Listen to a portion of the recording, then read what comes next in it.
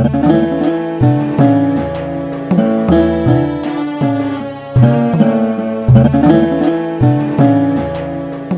আলাইকুম ওয়া রাহমাতুল্লাহি ওয়া বারাকাতুহু বিসমিল্লাহ ওয়াল হামদুলিল্লাহ ওয়াস সালাতু ওয়াস সালামু আলা রাসূলিল্লাহ ওয়া বা'দ। রব্বে কারীম মহাগ্রন্থ আল কোরআনে ইরশাদ করেছেন, আউযু বিল্লাহি মিনাশ শাইতানির রাজীম, কুনতুম খায়রা উম্মাহ উখরিজাত লিন-নাস তা'মুরুনা বিল মা'রুফ ওয়া তানহাউনা আনিল মুনকার ইলা আখিরিল আয়া। তোমরাই সর্বশ্রেষ্ঠ জাতি, তোমাদেরকে মানব কল্যাণের জন্য বের করা হয়েছে, তোমরা সৎ কাজের আদেশ করবে, অসৎ কাজে নিষেধ বা বাধা দেবে।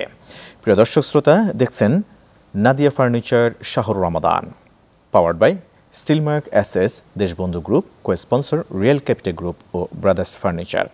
প্রতিদিনের মতো প্রিয় দর্শক শ্রোতা, আজও আমরা হাজির হয়েছি গুরুত্বপূর্ণ একটি বিষয় নিয়ে। আজকের আলোচনার বিষয় মাহে রমাদানে করণীয় ও বর্জনীয়। গুরুত্বপূর্ণ এই আলোচনায় অংশ নেওয়ার জন্য আমন্ত্রণ জানিয়েছি দুজন বিদগ্ধ ইসলামিক স্কলারকে। পরিচয় করিয়ে দিচ্ছি। সাথে আছেন প্রখ্যাত আলিমুদ্দিন, বিশিষ্ট ইসলামিক চিন্তাবিদ, লেখক, কলামিস্ট, গবেষক, বাংলাদেশ মাদ্রাসা টিচার্স ট্রেনিং ইনস্টিটিউটের সুযোগ্য ভাইস প্রিন্সিপাল ফজলতুল উস্তাজ ডক্টর মাওলানা মোহাম্মদ নুরুল্লাহ মাদানী হাফিজাহুল্লাহ। আসসালামু আলাইকুম ওয়া রাহমাতুল্লাহ। ওয়ালাইকুম আসসালাম ওয়া রাহমাতুল্লাহি ওয়া বারাকাতুহু। সুস্বাগতম জানাচ্ছি আপনাকে। আপনাকে ওয়েলকাম। প্রিয় দর্শক শ্রোতা, আরও পরিচয় করিয়ে দিচ্ছি। আমাদের সাথে আছেন প্রখ্যাত আলিমুদ্দিন, বিশিষ্ট ইসলামিক চিন্তাবিদ, কলামিস্ট, লেখক ও গবেষক, কোয়ালিটি এডুকেশন কলেজের সুযোগ্য প্রতিষ্ঠাতা মুহতারাম ডক্টর মাওলানা আব্দুল্লাহ আল মিজান হাফিজাহুল্লাহ। আসসালামু আলাইকুম ওয়া রাহমাতুল্লাহ। ওয়ালাইকুম আসসালাম ওয়া রাহমাতুল্লাহি ওয়া বারাকাতুহু। আপনাকে সুস্বাগতম জানাচ্ছি চমৎকার আয়োজন। আপনাকে ধন্যবাদ। জাযাকুমুল্লাহ খায়রান। আমরা আজকে আলোচনা শুনবো আপনাদের দুজনের কাছ থেকে। শুরুতেই আমি আসবো ডক্টর মাওলানা মোহাম্মদ নুরুল্লাহ মাদানী হাফিজাহুল্লাহ, আপনার কাছে। মাহে রমাদানে করণীয় বর্জনীয়, শুরুতে যদি আমাদের রমাদান মাসে গুরুত্বের ভিত্তিতে কোন কোন কাজগুলো করা দরকার? সিম্পলি আমি যে বিষয়গুলো উল্লেখ করতে চাই, প্রথম হচ্ছে একজন রোজাদার যিনি রোজা রাখবেন, একজন মুসলিম হিসাবে শুরুতেই তার প্রথম কাজ হচ্ছে রোজা রাখার জন্য তার মনটাকে স্থির করা। আচ্ছা, যে ইনশাআল্লাহ আমি এবছরের সম্পূর্ণ রোজাগুলো সম্পন্ন করব, আল্লাহ যদি আমাকে সুস্থ রাখে, ভালো রাখে।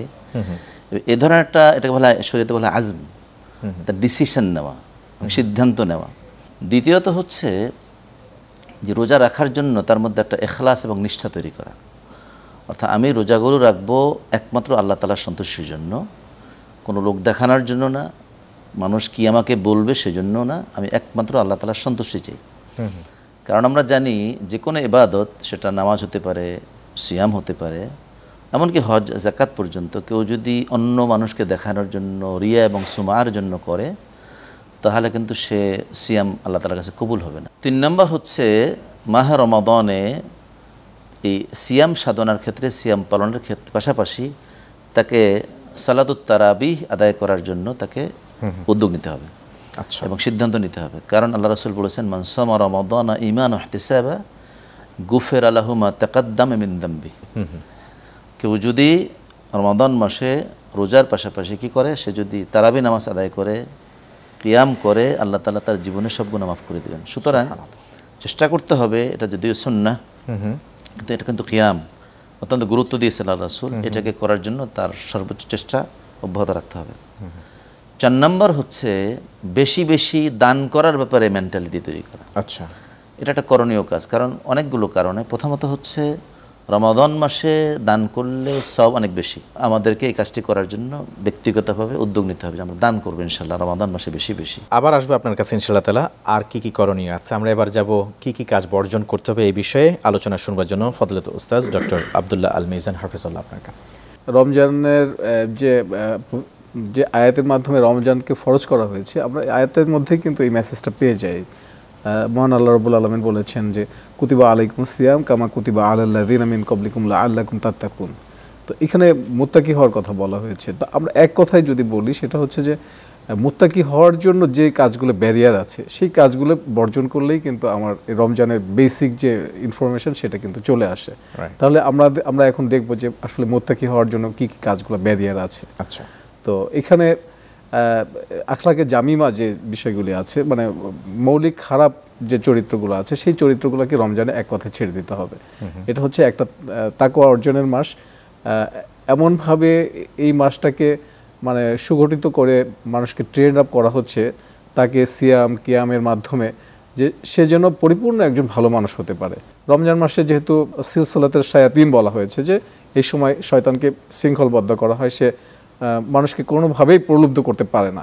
তো দেখা গেছে যে আমরা এখানে যে শয়তানি যে আচরণগুলো থেকে আমরা বিরত হই, হিংসা, গীবত, পরচর্চা, পরনিন্দা, আনুষঙ্গিক যে মিথ্যাচার, তারপর জিঘাংসা, এই বিষয়গুলি থেকে আমরা কিন্তু কিছুটা হলেও আমরা নিজেরা একটু নিরপেক্ষ থাকার বা একটু দূরে থাকার চেষ্টা করি। তাহলে এইভাবে যদি আমরা রমজানের পরের মাসগুলিতেও, বাকি 11টি মাসেও যদি আমরা এই জিনিসটাকে যদি ধরে রাখতে পারি, তাহলে কিন্তু রমজান থেকে আমরা ব্যাপক একটি শিক্ষা নিতে পারি যে এই জিনিসগুলো আমাদেরকে টোটালি বর্জন করে দিতে হবে। চমৎকার করে আপনি বলছিলেন। আল্লাহ সুবহানাহু ওয়া তাআলা আমাদেরকে তাকওয়া গুণে গুণান্বিত হওয়ার তৌফিক দান করুন এবং যে কিছু ব্যারিয়ার আমাদের জন্য সামনে দাঁড়াবে, আশা করি রমজান থেকে শিক্ষা নিয়ে আমরা বাকি 11 মাসও ইনশাআল্লাহ তাআলা সেগুলো থেকে বিরত থাকবো ইনশাআল্লাহ তাআলা। আমরা আসবো শেখ দুইজন আপনাদের কাছে একটা বিরতির পর ইনশাআল্লাহ তাআলা। প্রিয় দর্শক শ্রোতা, আপনারা দেখছেন Nadia furniture Shahrur Ramadan, powered by Steelmark SS, Deshbandhu group, co-sponsor real capital group ও ব্রাদার্স ফার্নিচার। ফিরবো ইনশাআল্লাহ তাআলা বিরতির পর, সাথেই থাকুন।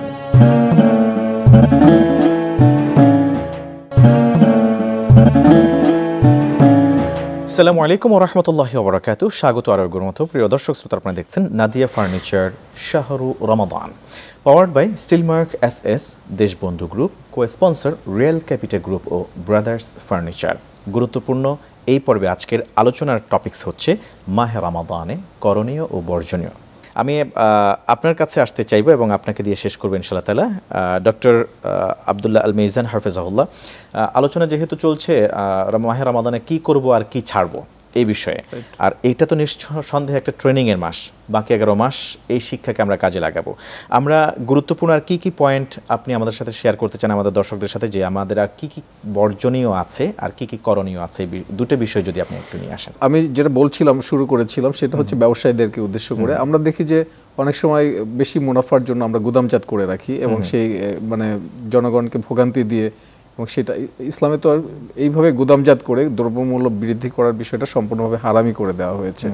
আমরা অনেক সময় মালে ভেজাল সৃষ্টি করে দিয়ে এটাকে কম দামের মাল বেশি দামের মাল মিলিয়ে একটা স্ট্যান্ডার্ড দামে আমরা বিক্রি করার চেষ্টা করি, মানুষকে ঠকানোর চেষ্টা করি। এই জিনিসগুলি তো আমাদের সম্পূর্ণ এখান থেকে বিরত থাকতে হবে।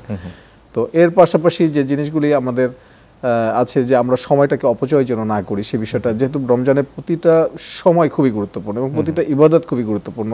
বলা হয়েছে যে একটি আমল, সুন্নাত আমলকে ফরজের সমতুল্য করে দেওয়া হয়েছে, তাহলে আমাকে সেই দিকে ধাবিত হতে হবে। তাহলে আমি যে বন্ধু বান্ধব নিয়ে আড্ডা দিচ্ছি, চা তো খাওয়ার সুযোগই নেই, তারপরে দেখা যাচ্ছে যে আমরা অলস সময় কাটাচ্ছি, আমি এই সময়টা যদি আমি কোরআন তিলাওয়াতের মাধ্যমে, আমি যদি আরও কোরআন স্টাডির মাধ্যমে আমার সময়টাকে কাজে লাগাতে পারি, তাহলে কিন্তু ওই যে আমার যে অপচয়িত যে সময়, আমরা অনেক সময় যে কী বলে ফেসবুক বা সোশ্যাল মিডিয়াতে অনেক সময় ক্ষেপণ করি, ইউটিউবিং করি, বা দেখা যাচ্ছে যে ওর্থলেস অনেক কাজগুলো করে আমরা সময় নষ্ট করি, সেই কাজগুলো থেকে আমরা বিরত থেকে আমরা কিন্তু এটাকে পজিটিভলি সময়টাকে কাজে লাগাতে পারি। একইভাবে যারা বাসায় কাজ করেন, বিশেষ করে আমাদের মা বোনেরা যারা বাসায় থাকেন, তারাও কিন্তু মানে তাদের যে সময়টা অলস সময় কাটছে শুয়ে বসে বা গল্প করে আড্ডা দিয়ে, সেই সময়টাও কিন্তু তারা চাইলে সুন্দর করে একটা টাইমিং করে, একটা রুটিন করে রমজানের সময়টাকে মানে খুবই ভালোভাবে আল্লাহ সুবহানাহু ওয়া তাআলা যে জন্য এটাকে পাঠিয়েছেন সেটাকে আমরা কিন্তু করতে পারি।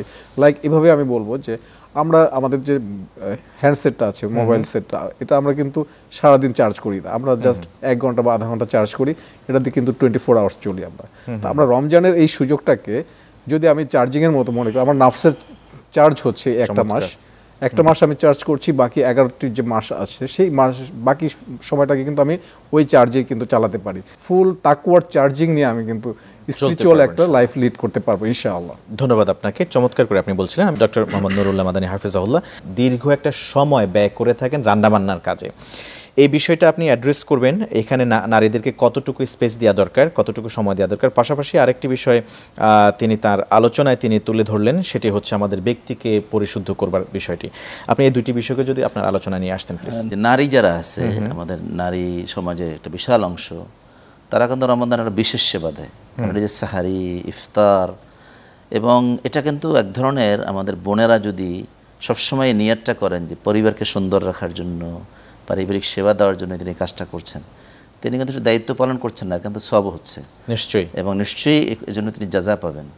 আর এই জাযা থেকে রমাদানের কারণে আরও বিশেষ জাযা পাবেন, যেহেতু ইফতারির আয়োজন করছেন। আর একটা কাজ আমার মনে হয় করা দরকার, সেটা হচ্ছে এই ইফতার বিতরণের ক্ষেত্রে মানুষকে দেয়ার টেন্ডেন্সি, দান খরাজ যেটা বলছি, স্পেশালি যে ইফতার করানোর যে মর্যাদা, সওয়াবের কথা আল্লাহ রাসূল বলেছেন যে একজন যদি ইফতার করায়, রোজা রেখে যেই সওয়াব, ইফতার করার সমান সওয়াব একটু কমবে না। তার মানে হচ্ছে কি, আমি ইচ্ছা করলে সেটা সামান্য পানি দিয়ে হতে পারে, শরবত দিয়ে হতে পারে, বা আমরা যে ইফতারগুলো করি সেটাকে ভাগাভাগি করে হতে পারে। আমাদের প্রতিবেশী আছে, বিশেষ করে ঢাকা শহরে অনেক ফ্যামিলি, আমরা একসাথে 8-10টা ফ্যামিলি থাকি, আমাদের পাশে বিল্ডিং আছে। ইচ্ছা করলে কিন্তু যদি প্রতিদিন আমি 2টো ফ্যামিলিকে ইফতার দেবো, তাহলে আমার ইফতার সব হলো, অন্যদেরকে নিয়ে আমি করলাম। এই কাজগুলো অল্প অল্প কাজ, ছোট ছোট কাজ, কিন্তু অনেক বেশি সব আমরা পেতে পারি। সুতরাং এই আইডিয়াটা আমাদেরগুলো আমরা কাজ করতে পারি। আর যত ইতিবাচক গুণাবলীগুলো আছে, সবর এখতিয়ার করা, মানুষকে ডোনেট করা, ভালো ব্যবহার করা, এগুলো ইসলামিক গুরুত্বপূর্ণ কাজ, সেগুলো আমরা করার চেষ্টা করব। আল্লাহ তাআলা আমাদের তৌফিক দান করুন। অনেক অনেক ধন্যবাদ জানাচ্ছি আপনাকে ডক্টর মোহাম্মদ নুরুল্লাহ মাদানী হাফেজাহুল্লাহ, চমৎকার আলোচনা করেছেন। ধন্যবাদ জানাচ্ছি আপনাকে ডক্টর আব্দুল্লাহ মিজান হাফেজাল্লাহ, আপনাকেও, আপনি গুরুত্বপূর্ণ আলোচনা করেছেন। জাযাকুমুল্লাহ খাইরান। প্রিয় দর্শক শ্রোতা, এতক্ষণ পর্যন্ত আপনারা দেখছিলেন Nadia furniture Shahrur Ramadan, powered by steel marks SS, Deshbandhu group, sponsor হিসেবে রয়েছে রিয়েল ক্যাপিটাল গ্রুপ ও ব্রাদার্স ফার্নিচার। আজকে আমরা শুনেছি দুজন বিদগ্ধ স্কলারের কাছ থেকে যে কি কি কাজ করা দরকার গুরুত্ব ভিত্তিতে, আর কোন কোন কাজ থেকে নিজেদেরকে বিরত রাখা দরকার। আসুন আমরা প্রত্যেকেই আজকের উপস্থাপিত আলোচনা অনুযায়ী আমল করার চেষ্টা করি। আল্লাহ সুবহানাহু ওয়া তাআলা আমাদেরকে মাহে রমাদানের পবিত্রতা রক্ষায় আমাদের করণীয় কাজগুলি গ্রহণ করা এবং বর্জনীয় কাজগুলি থেকে নিজেদেরকে পরহেজ রাখার তৌফিক দান করুন। এই আশাবাদ ব্যক্ত রেখে আপনাদের প্রত্যেকের সুস্বাস্থ্য ও দীর্ঘায়ু কামনা করে আগামী পর্ব দেখার উদাত্ত আহ্বান জানিয়ে আজকের মতো শেষ করছি। সুবহানাকাল্লাহুম্মা বিহামদিকা আশহাদু আল্লা ইলাহা ইল্লা আনত, আস্তাগফিরুকা ওয়া আতুবু ইলাইক। ওয়াসসালামু আলাইকুম ওয়া রাহমাতুল্লাহি ওয়া বারাকাতুহু।